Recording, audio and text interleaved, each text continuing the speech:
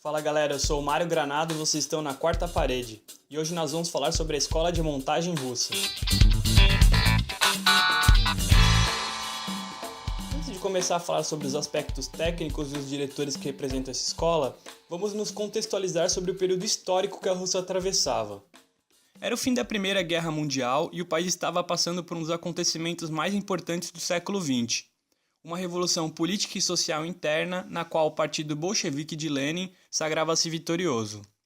Com isso, mudanças drásticas ocorreram nas leis sociais vigentes e o cinema, por sua vez, teve um papel fundamental nessas transformações, além de sair também transformado dessa experiência. Para difundir os ideais do partido, Lenin escolhe o cinema como meio de comunicação absoluto. Porém, os cineastas que residiam no país naquela altura não se identificavam com as ideias do partido. Assim então, é criado um comitê de cinema para discutir essa situação. Liderado pela esposa de Lenin, Nadezhda Krupskaya, esse comitê funda em 1919 a escola VGIK, ou simplesmente Escola de Cinema de Moscou, para treinar novos cineastas que possam dialogar com a população sobre os ideais bolcheviques. Até hoje, a Escola de Cinema de Moscou é reconhecida como a primeira escola de cinema do mundo. Porém, alguns professores da escola não estavam interessados apenas em fazer filmes de propaganda, mas também experimentar e teorizar acerca do exercício cinematográfico. Um dos fundadores da escola e primeiro diretor dela, Lev Kuleshov, estava decidido a dissecar e transgredir cada vez mais a forma como se fazia e se entendia objeto fílmico.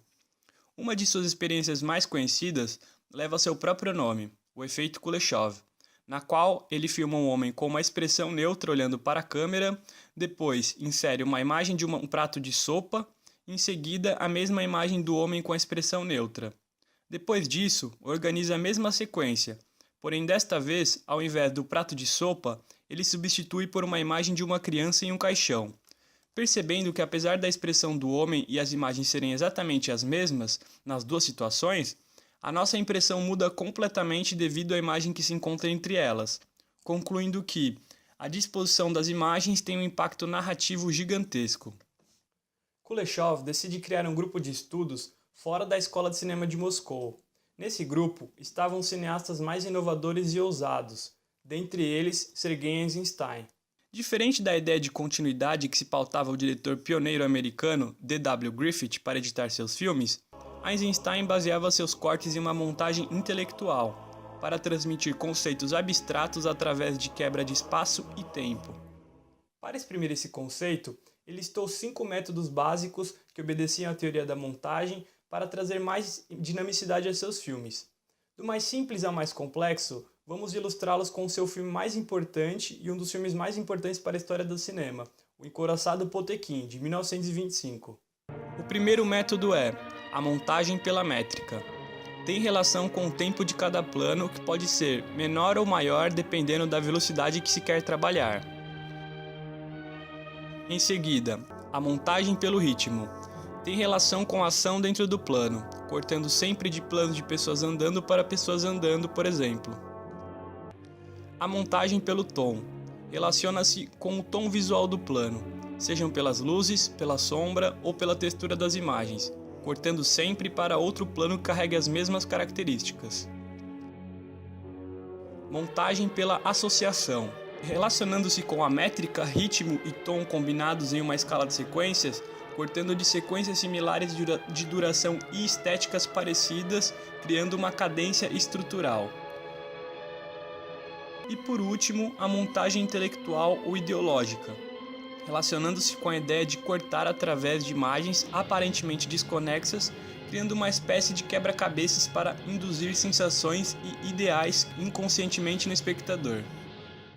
Eisenstein ficou tão empolgado com o conceito de montagem intelectual que, em seu próximo filme, Outubro de 1927, o qual homenageia os 10 anos da Revolução de 17, ele leva esse conceito ao extremo, intercalando uma série de imagens impactantes em tom de documentário, imprimindo à obra um caráter experimental.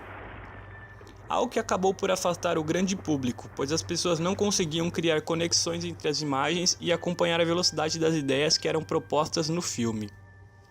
O que os russos Kuleshov, Vertov e Eisenstein propuseram como montagem quebraria a ideia de geografia e de espaço e tempo nos filmes, além de fundamentar a ideia de que a concepção real de um filme está em sua edição.